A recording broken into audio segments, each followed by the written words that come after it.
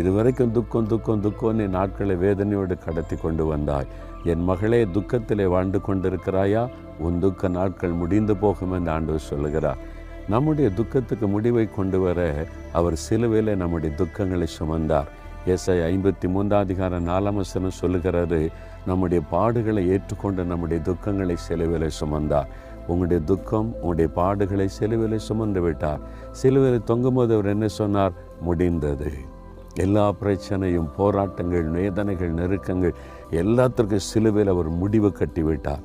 அதனால தான் சொல்லுகிறார், உன் துக்க நாட்கள் முடிந்து போகும் என்று சொல்லி தைரியமாக இருங்க, சந்தோஷமாக இருங்க, முடிந்ததுன்னு விசுவாசிங்க. இந்த மாதத்தில் அற்புதமான மாற்றத்தை காண்பீங்க. இதுவரை தொடர்ந்து வந்த இந்த தீமைகள், பிரச்சனைகள், போராட்டங்கள் எல்லாம் முடிவடைந்து விடும். விசுவாசிக்கிறீங்களா?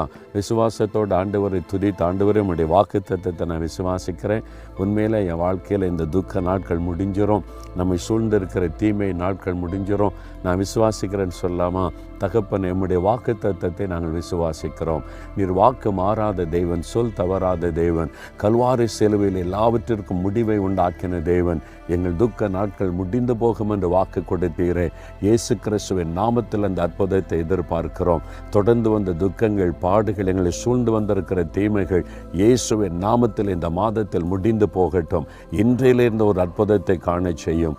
இயேசு கிறிஸ்துவின் நாமத்தில் ஜெபிக்கிறோம் பிதாவே. ஆமென்.